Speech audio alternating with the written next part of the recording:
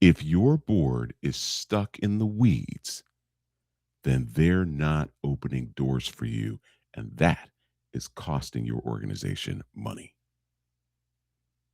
Because the most powerful role that your individual board members can play in fundraising has nothing to do with them asking for money, but it has everything to do with them providing you access, access to people that they know that have capacity. And you take it from there. But when your board members are mired in the day to day work of the organization, conversations at board meetings about things that really staff should be focusing on, you lose altitude.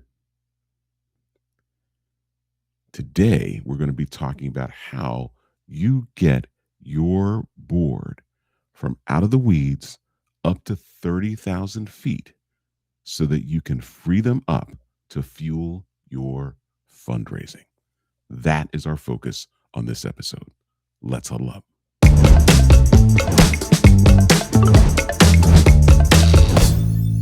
Hey, welcome to another episode of Huddle Up with Mark, the Fund Coach, the first episode of 2026.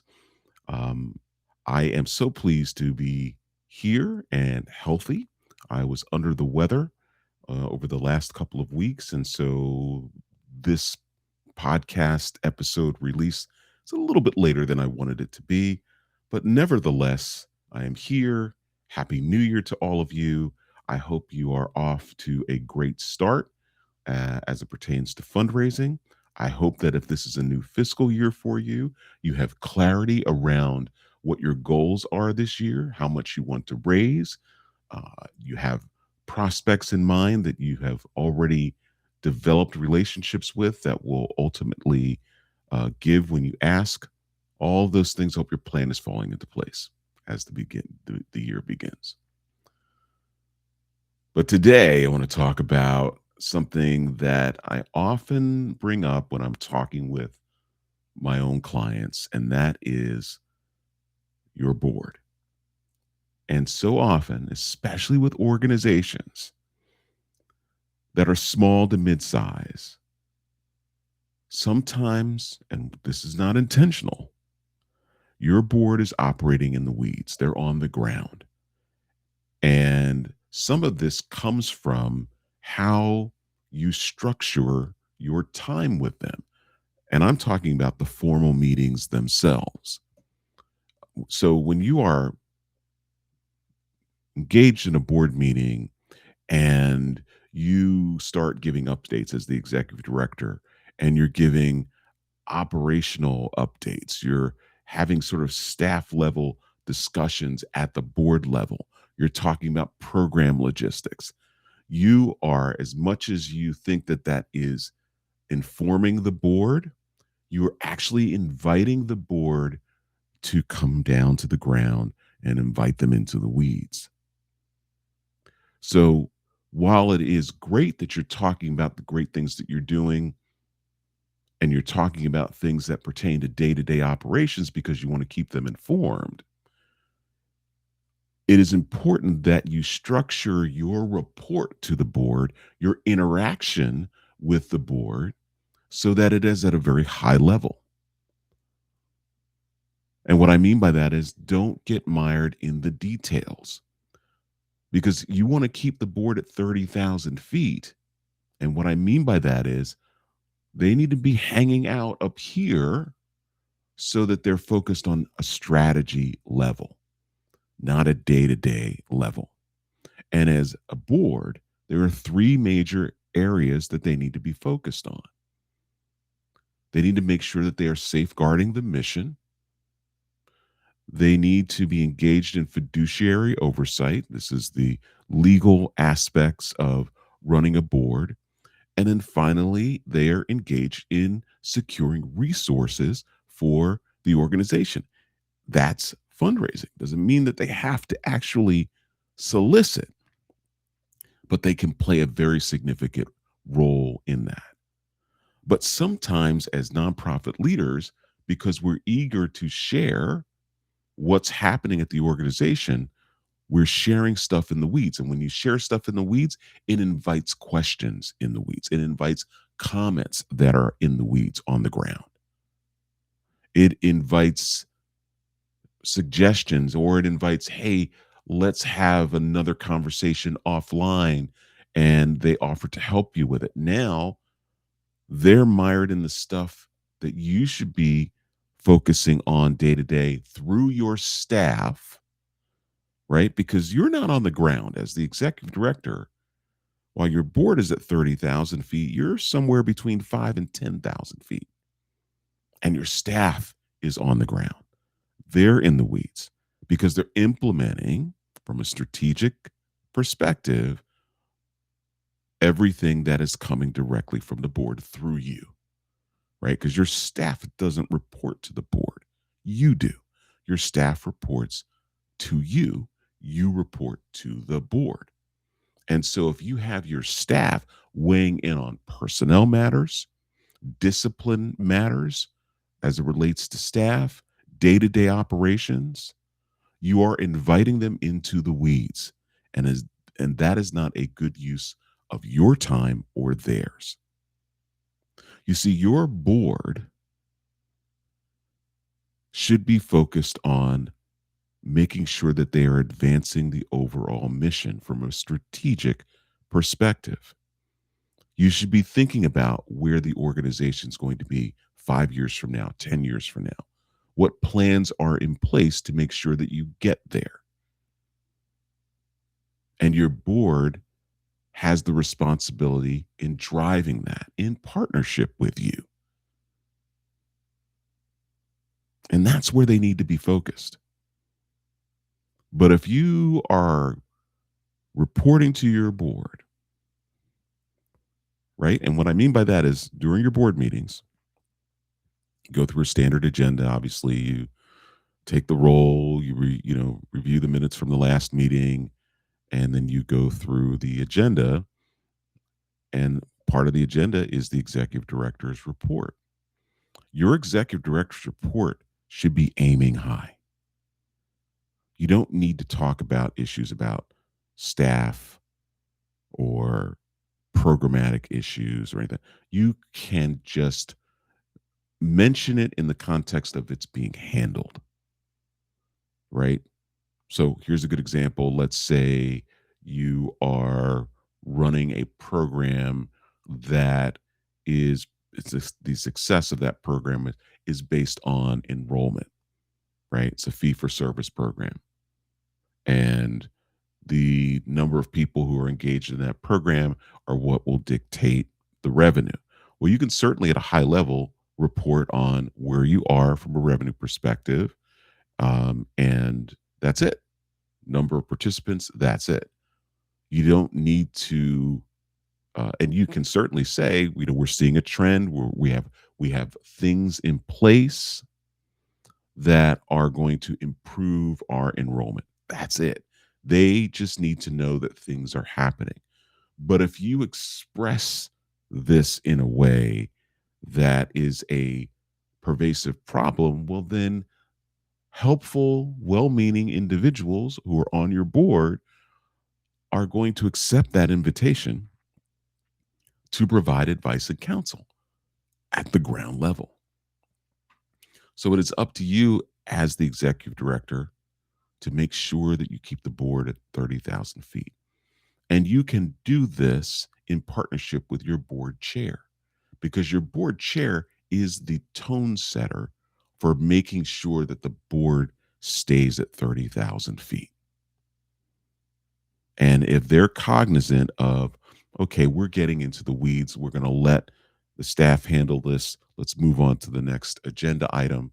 Let's move on with the rest of the meeting. Now, why is this important? I want to go back to what I said earlier about the three areas that boards need to focus on: safeguarding the mission, fiduciary oversight, and developing resources for the organization, i.e., through fundraising. When they are operating at the strategic level and they're not engaged in details, The great part about this is that now they are free to be able to engage in fundraising. And what I mean by that is that they can door open for you. This is about you having conversations with your board members individually and asking them, who else should we be talking to? Based on the criteria, and you hear me say this all the time, link, interest, and ability. They are the link. So, who do they know that's interested in your mission and has the ability to make a major gift, whether it's $1,000 or more, 2,500 or more, whatever that is? And then you talk with them about making that introduction. Email, tag team coffee, however you want to do it. Now, now the board is providing value that not only helps you generate more qualified prospects, but it helps you generate significantly more money, which, if you do that in a sustainable way, now you have the resources to solve the issues that are happening on the ground.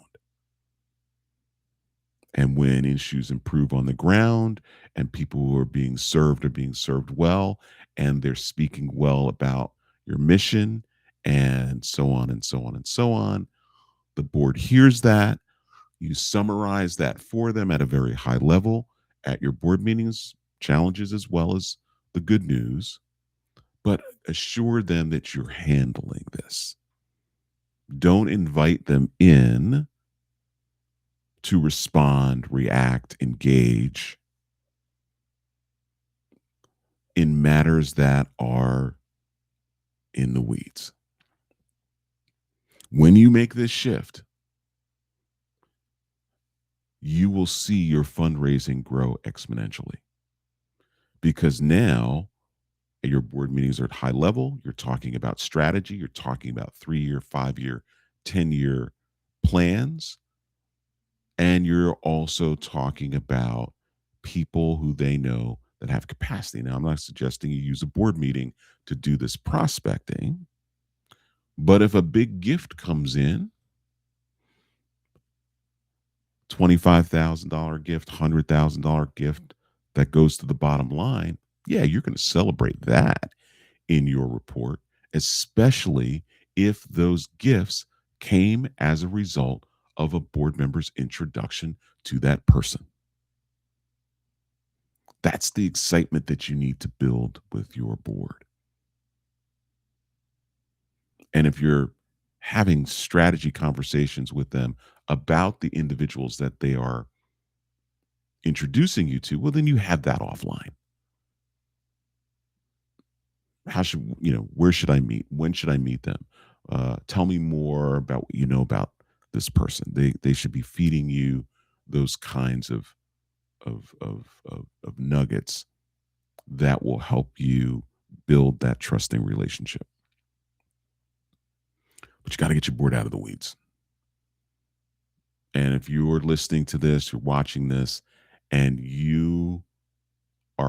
it's hitting you in the gut that, oh my gosh, I do this.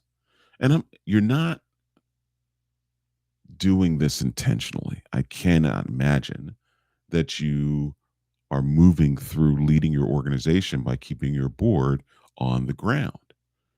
And some of you may be watching and listening to this and saying, well, we are a small organization. I do need my staff to be involved, or my board rather, to be involved on a staff level. Well, okay. That's okay. If your board members are volunteering in a staff capacity, reporting to you, right? Because that changes. See, at a board meeting, they operate as one body, and that body has oversight over you as the executive director. But if one of your board members is volunteering at an event, or anything else, they're doing volunteer cleanup work, they report to you or whoever you assign them to report to if they're doing things on your property or whatever that may be. Then they're reporting to whoever is overseeing that and they're not questioning them. They literally have to shift from being a board member to being a volunteer staff person. There's nothing wrong with that. That's not what I'm talking about. It's when you are spending your time at a board level, engaged in board conversations, and your board may be reading at most 6 times a year, maybe 12 times a year, or 5 times or 4 times a year. You want to use that time wisely. If your board meetings are 2, 3 hours, take a look at that. How can you pare that down so that your board meetings are efficient? You're reporting on the high level information that your board needs to hear. The things that you can have deep discussions about are things at a policy level that you need for them to take action on. So you bring something to them, explain the issue, and present them with a solution. They vote on it, they discuss it, right? And you're good. Only if you have to do that.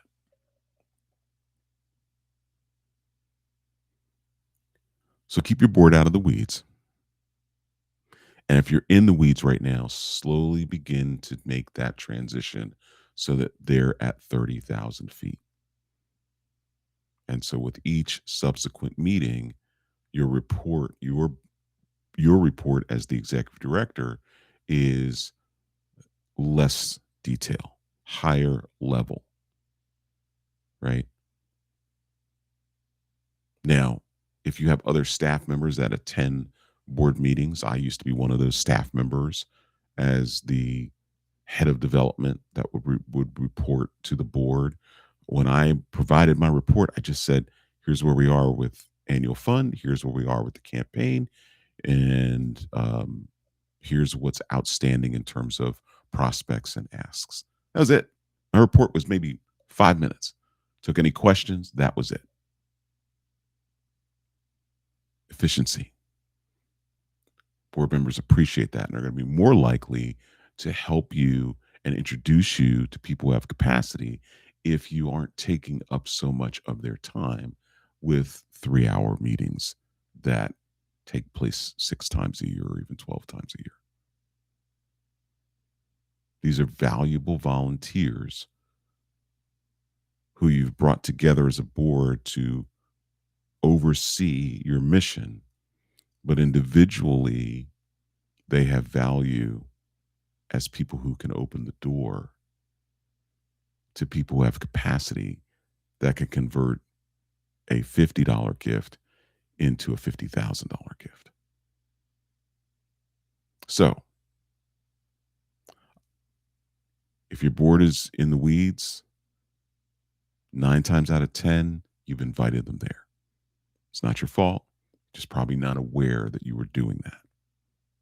So start to make the shift of keeping what you're doing at a very high level, and that your board meetings are focused on strategy, the future, right? That should be the meat of the board meeting, is talking about things that only the board should be talking about. And then they can be helping you raise the money that you need to raise. So I hope this is helpful to you. I hope that as we start 2026, that you sort of heed this information. If you have any questions, let me know. Feel free to drop a comment below if you're watching this on YouTube. If you're listening to this on other platforms, then feel free to send me an email at mark@thefundcoach.com. Thank you for watching. Thank you for listening. It's good to be back. Lots coming as we start this fiscal year. Feel free to check out my website. My Relationship Fundraising Academy is up and running. So go to thefundcoach.com. You can go to the Relationship Fundraising Academy, and check it out. And if it's something that you're interested in, you can certainly enroll, or you have the option to schedule a call with me and we can talk about it. But you'll get extreme value from it if you decide to enroll. Thanks for being here. Thanks for listening.